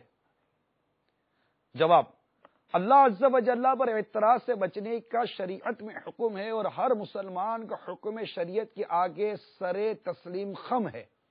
اللہ عز و جل خالق و مالک ہے، اسی عز و جل کے پیدا کردہ بندے کا اس عز و جل پر اعتراض کرنا اس کی شدید ترین توہین ہے، معاذ اللہ عز و جل۔ اگر اعتراض کی اجازت دے دی جائے تو پھر جس کی سمجھ میں جو کچھ آئے گا وہ کہتا پھرے گا، مثلا اللہ عز و جل نے فلاں کام کیوں کیا، فلاں کام کیوں نہیں کیا، اس کو یوں نہیں یوں کرنا چاہیے تھا، وغیرہ وغیرہ۔ اگر عقلاً بھی دیکھا جائے تو اعتراض کرنا غلط ہی ہے، کیونکہ اعتراض اس پر قائم ہوتا ہے جس میں کوئی خامی ہو، یا جو غلطیاں یا غلط فیصلے وغیرہ کرتا ہو، جبکہ رب کائنات عز و جل کی ذات ستودہ صفات ہر طرح کی خامی و خطا سے پاک ہے۔ ہاں یہ بات جدا ہے کہ ناقص العقل بندہ بعض باتوں کی مصلحت نہ سمجھ پائے۔ بہرحال مسلمان کو چاہیے کہ اللہ عز و جل کے ہر کام کو مبنی بر حکمت ہی یقین کرے، خواہ اس کی اپنی عقل میں آیا نہ آئے، زبان پر آنا کجا، دل میں بھی اعتراض کو جگہ نہ دے۔ اس ضمن میں فتاوی رضویہ شریف جلد 29 میں موجود ایک تفصیلی فتوے سے سرخیوں اور اپنی بساط و تسہیل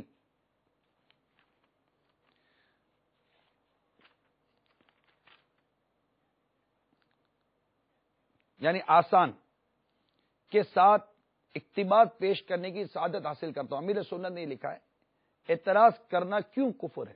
اس کا جواب انشاءاللہ عز و جل بہت اچھی طرح سمجھ میں آ جائے گا۔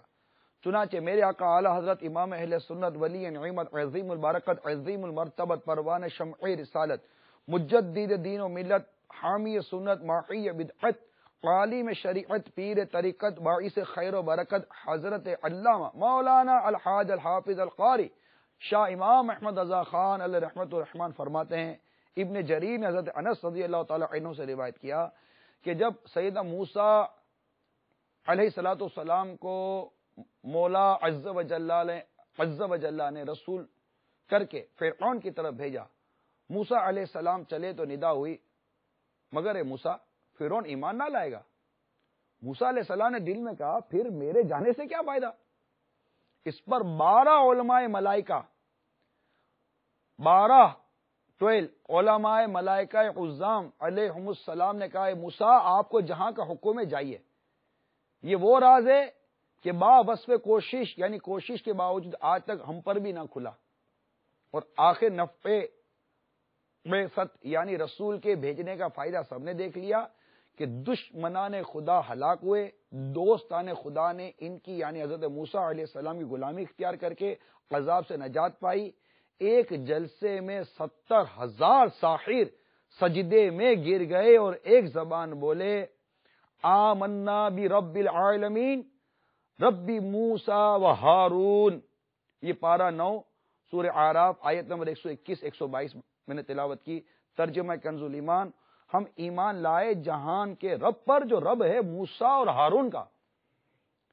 اب امیل سنت اس پورے بیان کے ساتھ اپنا درس عطار کر کے تحریر کرتے ہیں کہ میٹھے میٹھے اسلامی بھائیو، یاد رکھیے انبیاء کرام علیہم الصلاۃ والسلام معصوم ہوتے ہیں، وہ ہرگز اللہ عز و جل پر اعتراض نہیں کرتے۔ سیدنا موسیٰ کلیم اللہ علیہ نبینا علیہ الصلوۃ والسلام کے دل میں خیال آنا معاذ اللہ عز و جل بر بنا اعتراض نہیں، حکمت پر غور کرتے ہوئے تھا۔ اور آپ یعنی حضرت موسیٰ علیہ نبینا علیہ الصلوۃ والسلام کو حکمت کانوں سے سنانے بتانے کے بجائے آنکھوں سے دکھانے کی ترکیب فرمائی گئی، اور وہ یہ کہ فرعون چونکہ شقی ازلی یعنی ہمیشہ کے لیے بدبخت تھا، اس لیے ایمان نہ لایا، مگر آپ علیہ نبینا علیہ الصلوۃ والسلام کے اس ازلی کافر کے پاس نیکی کی دعوت دینے کے ثواب کمانے کے لیے تشریف لے جانے کی برکت سے 70,000 جادوگر ایمان لے آئے۔ سبحان اللہ۔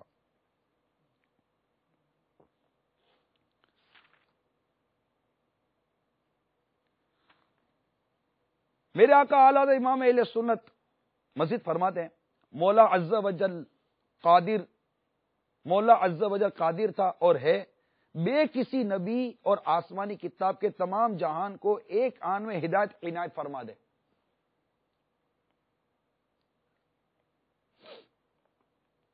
کہ قرآن پاک میں ہے سورہ انعام کے اندر، اور اللہ عز و جل چاہتا تو انہیں ہدایت پر اکٹھا کر دیتا۔ تو اے سننے والے، تو ہرگز نادان نہ بن، مگر اس نے دنیا کو عالم اسباب بنایا اور ہر نعمت میں اپنی حکمت بالغہ کے مطابق مختلف حصہ رکھا۔ وہ چاہتا تو انسان وغیرہ جانداروں کو بھوک ہی نہ لگتی، یا بھوکے ہوتے تو کسی کا صرف نام پاک لینے سے، کسی کا ہوا سونگنے سے پیٹ بھرتا، زمین جوتنے یعنی ہل چلانے سے روٹی پکانے تک جو سخت مشقتیں پڑتی ہیں کسی کو نہ ہوتی، مگر اللہ عز و جل نے یوں ہی چاہا اور اس میں بھی بے شمار اختلاف فرق رکھا۔ کسی کو اتنا دیا کہ لاکھوں پیٹ اس کے در سے پلتے ہیں، اور کسی پر اس کے اہل و عیال کے ساتھ 3 فاقے گزرتے ہیں غرض ہر چیز میں۔ آگے قرآن پاک کی آیت نقل کیے، یہ پارہ 25، کیا تمہارے رب کی رحمت وہ بانٹتے ہیں؟ ہم نے ان میں ان کی زیست کا سامان دنیا کی زندگی میں بانٹا۔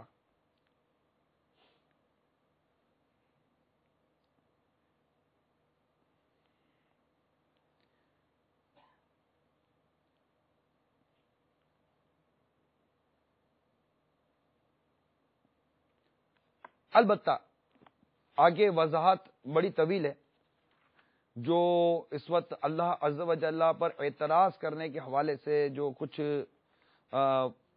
تھا وہ میں نے کچھ عرض کر دیا۔ مزید تفصیل آپ کفریہ کلمات کے بارے میں سوال جواب، یہ میں نے صفحہ نمبر 141 سے جو میں نے پڑھنا شروع کیا، یہ ضرور پڑھیں۔ انشاءاللہ عز و جل بہت سے وسوسوں کی کاٹ ہو جائے گی، کہ یہ ایک گویا کہ یوں سمجھے کہ فتنہ بھی ہے کہ اللہ تبارک و تعالیٰ پر مختلف عنوانات پر جو اعتراض وارد کیے جاتے ہیں فی زمانہ، بعض پڑھا لکھا طبقہ جو خود کو سمجھتا ہے وہ بھی اللہ تعالیٰ کی حکمتوں پر، اللہ تعالیٰ کا یہ جو نظام ہے اس پر مطلب کہ اعتراض وارد کرتا ہے۔ تو اگر اس کتاب کا مطالعہ کریں گے تو انشاءاللہ عز و جل اس کا بھی حل نکل آئے گا۔ صلو علی الحبیب، صلو توبوا الی اللہ، صلو علی الحبیب۔ اچھا، اب اس واقعے میں جو ایک دوسرا جو اہم پہلو ہے وہ یہ ہے کہ جب قابل نے حابیل کو قتل کیا تو 7 دنوں تک زمین میں زلزلہ رہا۔ تو یہ قتل ناحق، یہ اللہ تبارک و تعالیٰ کے غضب کو ابھارنے والا ایک جرم ہے، اور یہ جرم دنیا بھر میں اتنا عام ہے، اتنا عام ہے، اتنا عام ہے، یعنی بندہ پولیس سے ڈرتا ہے، پولیس سے ڈرے گا، پکڑ لے گی، سزا دے گی، دنیا میں جو اس کی سزائیں ہوں، کیونکہ قانون ہے کہ جناب یہ آپ یوں قتل نہیں کر سکتے. لیکن یہ بندہ اپنے رب سے نہیں ڈرتا جس نے ہم کو خون ناحق بہانے سے روکا، منع کیا. اللہ کا ڈر یہ ہونا چاہیے. دیکھیے جو حابیل نے جو جواب دیا اور حابیل نے جو یہ کہا کہ میں مطلب کہ تم پر اپنا ہاتھ آگے نہیں بڑھاؤں گا، تم یہ مجھے ساتھ کرو گے، تو اس نے جو کچھ اپنے آپ کو گناہوں سے بچایا یا اپنے آپ کو مطلب پیچھے رکھا، اس کے جو محرکات ہیں، اس کے 4 اسباب ہمارے مفسرین نے بیان کیے ہیں. نمبر 1 خوف خدا عز و جل. حابیل خوف خدا کے ساتھ رک گیا.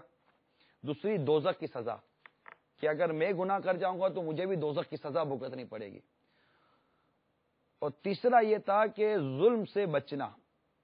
یہ 3 محرکات تھے، اپنے آپ کو ظلم سے بچانا، اللہ کا خوف رکھنا، اور دوزخ کا عذاب، دوزخ کی سزا، کہ اللہ ناراض ہو گیا، اس کے حبیب روٹ گئے تو قبر میں بھی آگ لگ سکتی ہے، قبر میں بھی سانپ بچھو تکلیف دے سکتے ہیں، اور پھر جہنم کا عذاب بڑا سخت ہے. تو یہ 3 مین چیزیں ہیں گناہوں سے باز رہنے کے لیے. یہ 3 محرکات ہوتے ہیں جو ہمیں حابیل کے اس انداز سے پتا چلے کہ جو یہ انہوں نے کوئی ایسا قدم نہیں اٹھایا کہ اللہ کا خوف، دوزخ کی سزا اور ارتکاب ظلم سے بچنا. یہ 3 مدنی پھول ہمیں حابیل کی سیرت سے سیکھنے کو ملے. اور پھر یہ کہ قتل ناحق کی یہاں مطلب زبردست بات سمجھائی گئی کہ اس سے کس قدر اللہ تبارک و تعالی ناراض ہوتا ہے. لہذا میں اس وقت قتل ناحق کے متعلق چند حدیث پاک آپ کو سناتا ہوں کہ اللہ تعالی ہمارے دلوں کو نصیحت اور عبرت قبول کرنے والا بنائے. بڑی ہی عبرت والی یہ روایت ہیں. بخاری و مسلم کے حوالے سے نقل ہے کہ قیامت کے روز سب سے پہلے لوگوں کے درمیان خونوں یعنی قتل ناحق کے متعلق فیصلہ فرمایا جائے گا.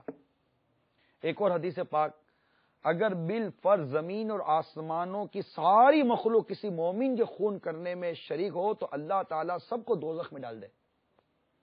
تیسرا فرمان مصطفیٰ، پوری کی پوری دنیا کا مٹ جانا اللہ کے ہاں اس خون سے آسان ہے جسے ناحق بہایا گیا.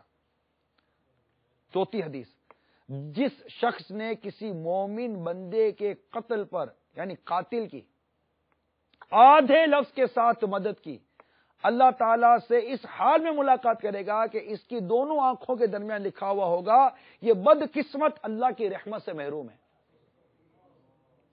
پانچویں حدیث، جس نے کسی مومن کو قتل کیا پھر اس کو قتل کرنے پر خوش ہوا، اللہ تعالیٰ اس کا نہ کوئی نفل قبول کرے گا نہ فرض، چاہے کتنی عبادت کرے. کتنی عبادت کرے یہ حدیث لکھنے والوں نے بریکٹ میں لکھا ہے. چھٹی حدیث، جس نے ناحق مارنے پیٹنے کے لیے کسی مسلمان کی پشت ننگی کی، وہ قیامت کے روز اللہ سے اس حال میں ملاقات کرے گا کہ اللہ تعالیٰ اس پر غضبناک ہوگا. یہ روایتیں دیکھیے کہ اللہ تبارک و تعالیٰ کے حبیب صلی اللہ علیہ وسلم نے ہمیں کس قدر قتل سے روکا ہے، خون ناحق سے روکا، اور یہاں مسلمان کی کس قدر عظمت اور کس قدر شان بیان کی جا رہی ہے. یعنی اس پر یہ 7ویں حدیث سنیے کہ اپنے بھائی کی مصیبت میں خوشی کا اظہار نہ کر، ورنہ اللہ عز و جل اس پر رحم فرمائے گا اور تجھے اس مصیبت میں مبتلا کر دے گا. تو یہ چند روایتیں آج کے اس عنوان کے تحت میں لے کر حاضر ہوا تھا کہ جو حابیل و قابل کا جو ہم نے قرآنی واقعہ سورہ مائدہ کے حوالے سے اس وقت ہم نے سنا ہے کہ اس طرح قابل نے حابیل کو قتل کیا. اور یہ بھی آگے بیان کروں کہ جب قابل نے حابیل کو قتل کر دیا تو چونکہ اس سے پہلے کوئی آدمی مرا ہی نہیں تھا، کوئی قتل ہی نہیں ہوا تھا، مرا ہی نہیں تھا، اس لیے قابل حیران تھا کہ بھائی کی لاش کو کیا کروں. چنانچہ کئی دنوں تک وہ لاش کو اپنی پیٹھ پر لادے پھرا. ایک روایت کے مطابق 1 سال تک اپنی پیٹھ پر لادے پھرا. پھر اس نے دیکھا کہ 2 کوے آپس میں لڑے اور ایک نے دوسرے کو مار ڈالا. پھر زندہ کوے نے اپنی چونچ اور پنجوں سے زمین کریت کر ایک گڑھا کھودا اور اس میں مرے ہوئے کوے کو ڈال کر مٹی سے دبا دیا۔ یہ منظر دیکھ کر قابل کو معلوم ہوا کہ مردے کی لاش کو زمین میں دفن کرنا چاہیے، چنانچہ اس نے قبر کھود کر اس میں بھائی کی لاش کو دفن کر دیا۔ اس کا اظہار قرآن پاک میں بھی اس کا یہ اظہار ہوا کہ تو اللہ نے ایک کوا بھیجا زمین کوریدتا کہ اسے دکھائے، کیونکہ اپنے بھائی کی لاش چھپائے۔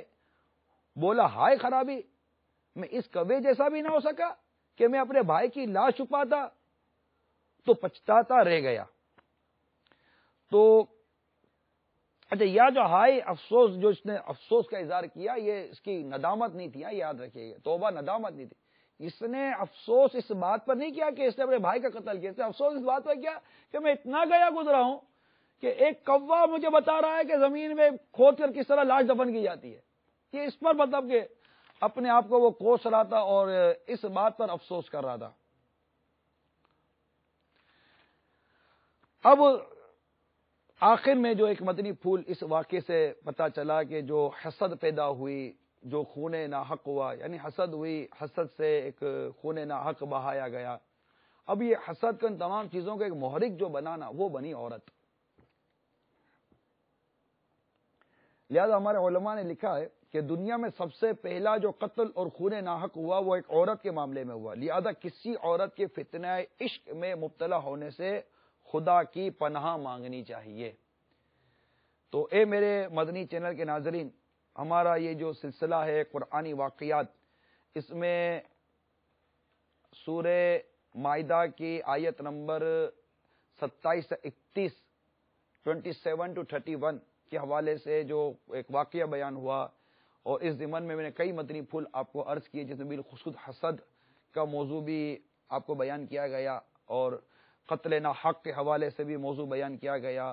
اسلام میں نئی ایجاد، اسلام ایک اچھی ایجاد اور بری ایجاد کے حوالے سے، اس کے ثواب اور اس کے عذاب، اس کی گرفت کے حوالے سے بھی چند مدنی پھول میں نے عرض کیے، اور آخر میں اس بات کو بیان کرنے جا رہا ہوں کہ قتل جو پہلا ہوا اور یہ جو فتنہ ہوا، اس کا جو پہلا سبب بنا، جو سبب بنا بنیادی، وہ ایک عورت بنی۔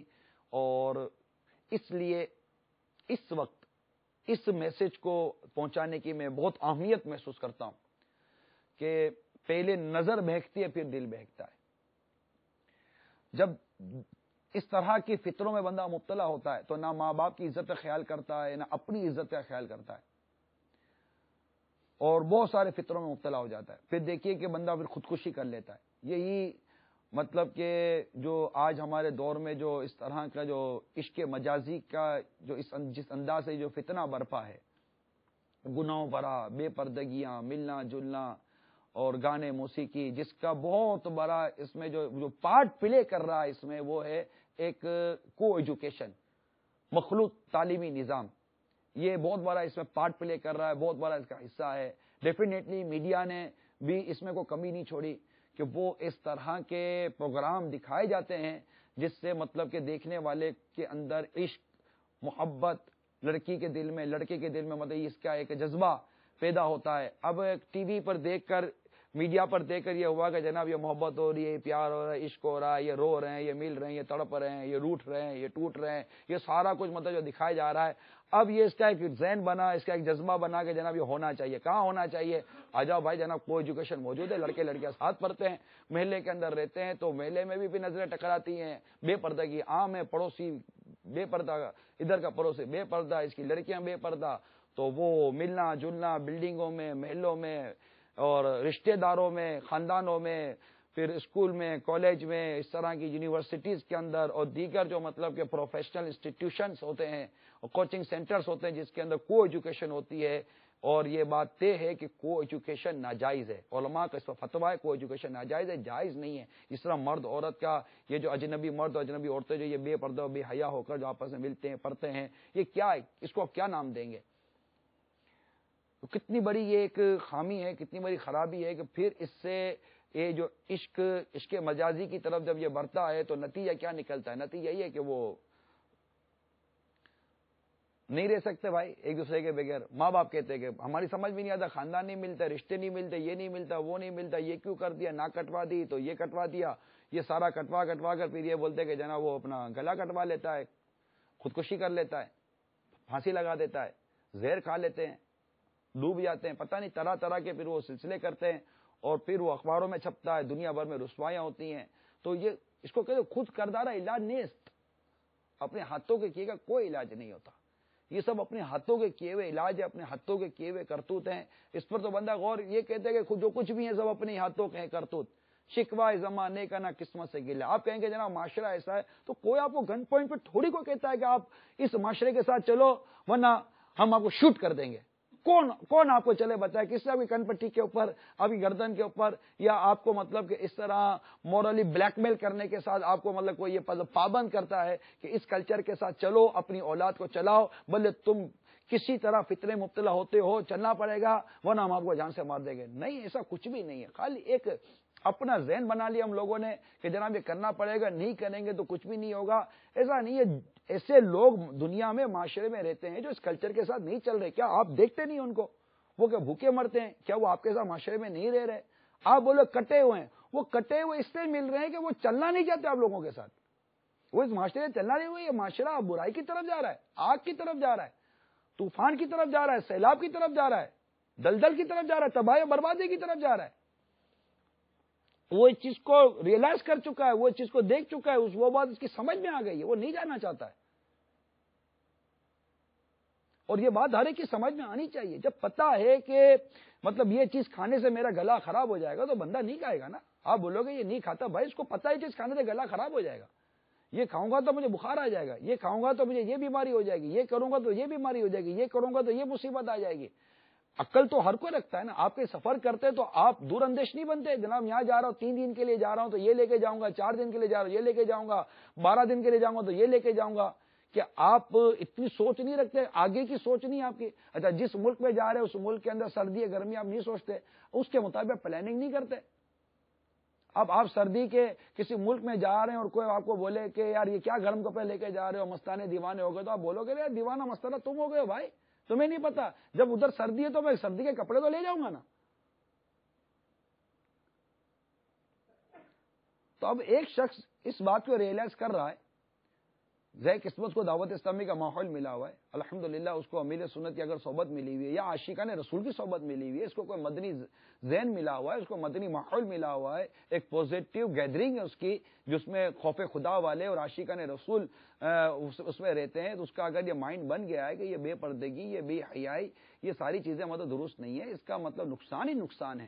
چاہے وہ آپ دعوتوں میں کریں یا شادی بیاہ میں کریں یا موت میت میں کریں یا کسی موقع بھی کریں، جو غلط ہے وہ غلط ہے، جو صحیح ہے وہ صحیح ہے.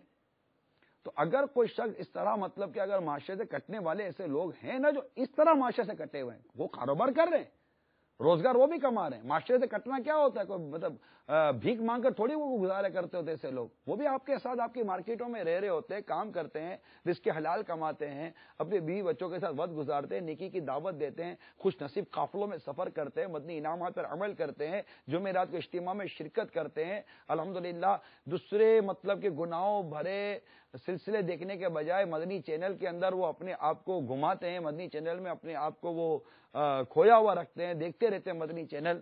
تو ایسی سوچ ایسے لوگ موجود ہیں. تو یہ بھی تو ہمارے ساتھ رہ رہے نا، چلے تھوڑے صحیح ہے تو صحیح. اور کتنے تھوڑے رہ گئے. اللہ تعالیٰ میرے امیر سن کو سلامت رکھے. اب وہ تھوڑوں کا دور بھی جاتا نظر آ رہا ہے. الحمدللہ عز و جل لاکھوں کروڑوں لاکھوں لاکھ مسلمان دعوت اسلامی کے ماحول سے وابستہ ہوتے نظر آ رہے ہیں. ہزاروں لاکھوں کو آپ امامے میں اور داڑھیوں میں دیکھتے ہیں. یہ چینج ہے اور یہ مزید اپنے اندر چینج لا رہے ہیں. اب ایسا نہیں کہ ایک ماحول میں آیا اور ماحول میں آتے ہی چینج ہو جائے گا. اب 15 20 25 30 سال پرانی عادتیں ہوتی ہیں، وہ ماحول میں آ کر چینج ہوتی ہیں. مگر ماحول ضروری ہے، یہ میں ضرور بیان کروں گا. ماحول بہت ضروری ہے اس طرح کی باتیں سیکھنے کے لیے، سمجھنے کے لیے، اپنے اندر تبدیلی لانے کے لیے. جیسے ہم نے زلزلے کے متعلق جو بیان کیا کہ ہم کب بدلیں گے، موضوع تھا ہم کب بدلیں گے. تو بدلنے کے لیے ایسا ماحول چاہیے جو بدلنے کے لیے ایسی نظر چاہیے جو بدل دے. اور نگاہ ولی میں وہ تاثیر دیکھی، بدلتی ہزاروں کی تقدیر دیکھی. تو بس ایسی ہم نظر ڈھونڈیں، ایسا ماحول ڈھونڈیں جو ہمیں بدلے. کیونکہ ہم جو نیگیٹو تبدیلی آئی ہے وہ بھی کسی ماحول میں ہی آئی ہے. اگر پازیٹو تبدیلی چاہیے، مثبت تبدیلی چاہیے، تو وہ بھی ماحول میں، اور میں آپ کو مثبت ماحول دعوت اسلامی کے ماحول کی دعوت دے رہا ہوں. آ جائیے. الحمدللہ یہاں پر سوچ بنے گی. بہت مین چیز ہے مینٹلٹی کا بن جانا، سوچ کا بن جانا، ایک پازیٹو سوچ بن جانا، ایک اچھے کردار کی سوچ بن جانا، اللہ عز و جل سے ڈرنے کی سوچ بن جانا، سرکار صلی اللہ علیہ وسلم کی سنتوں پر عمل کرنے کی سوچ بن جانا، اپنے اہل و عیال کی اسلام کے مطابق تربیت کرنے کی سوچ بن جانا. یہ ایک بہت بڑا گفٹ ہے، ایک بہت بڑا تحفہ ہے، یہ ایک بہت بڑا انعام ہے جو دعوت اسلامی کے مدنی ماحول میں ملتا ہے. اور وہ مدنی انعامات کے ذریعے ملتا ہے، وہ مدنی قافلوں کے ذریعے ملتا ہے، اجتماعات میں شرکت کرے تو ملتا ہے، مدنی چینل دیکھتے ہیں تو ملتا ہے. اللہ تعالی ہم سب کو عمل کی توفیق عطا فرمائے اور ہمیں اس عورت کے فتنے سے محفوظ فرمائے جو ہمیں گناہوں کی طرف لے کے جاتا ہے، برائیوں کی طرف لے کے جاتا ہے، بے حیائیوں کی طرف لے کے جاتا ہے. اسلامی بہنوں کو چاہیے، وہ ڈیفینیٹ اب منع کیا جا رہا ہے کہ بھائی عورت کے فتنے سے بچو، تو اسلامی بہنوں کو چاہیے کہ وہ بھی اپنے آپ کو سیکیور کریں، اپنے آپ کو تحفظ دیں اور اس طرح مطلب کہ گناہوں کی دعوت دیتی نہ پھریں، آزاد نظروں کی زد میں نہ آئیں. کوئی نظر ایسی پڑ گئی اللہ نہ کرے جو نہ صرف آخرت بلکہ دنیا کو بھی تباہ و برباد کر کے رکھ دے گی اور کہیں کہ بھی نہیں چھوڑے گی. ماحول بہت خراب ہے. آ جاؤ دعوت اسلامی ماحول میں آ جاؤ اور غیبت کے خلاف جنگ اور شیطان کے خلاف جنگ کو بالکل تیار رہیے اور تیار رہنے کے لیے بالکل ماحول سے وابستہ رہیے. غیبت کے خلاف جنگ، نہ غیبت کریں گے نہ غیبت سنیں گے. محبتوں کے چور کفل مدین انشاءاللہ سر پہ امام انشاءاللہ رخ پہ داڑھی انشاءاللہ سر پر زلفیں انشاءاللہ. شیطان کے خلاف جنگ انشاءاللہ عز و جل. اللہ تعالی ہم سب کو عمل کی توفیق عطا فرمائے. آپ اس سلسلے کے حوالے سے جو آج آپ نے پہلی مرتبہ سلسلہ دیکھا ہوگا اس طرح مدنی چینل پر، تو جو بھی میرے مدنی چینل کے ناظرین آپ اس سلسلے کے حوالے سے جو مشورہ دینا چاہیں، آپ ہم سے کوئی اپنی بات شیئر کرنا چاہیں، تاثرات دینا چاہیں، تو ہمیں اس بات کا انتظار رہتا ہے کہ آپ کے مدنی پھول ہمیں ملتے ہیں، تاثرات ملتے ہیں، جذبات ملتے ہیں. بعض بہت اچھے مشورے دیتے ہیں بہت، اور بعض کے مشوروں سے باقاعدہ ہمارے چینل کی ٹرانسمیشن کے اندر، نشریات کے اندر بہت ساری چینجنگ آ جاتی ہیں. تو ساتھ ہی ہمارا ای میل ایڈریس ہے feedback@madnichannel.tv feedback@madnichannel.tv. تو اس پر آپ قرآنی واقعات کے عنوان سے لکھ کر قرآنی واقعات کے سلسلے کے لیے آپ دیں. انشاءاللہ عز و جل امید ہے کہ یہ آپ کے یہ جذبات یا آپ کے مشورے یہ ڈائریکٹ مجھ تک پہنچیں گے اور ہو سکتا ہے کہ ہم آپ کے ان مشوروں سے اپنے اس سلسلے میں مزید کوئی کریشن لانے میں کامیاب ہو جائیں. اللہ تعالی ہم سب کو عمل کی توفیق عطا فرمائے. آمین بجاہ النبی الامین صلی اللہ تعالی علیہ وسلم. صلو علی الحبیب صلی اللہ تعالی علیہ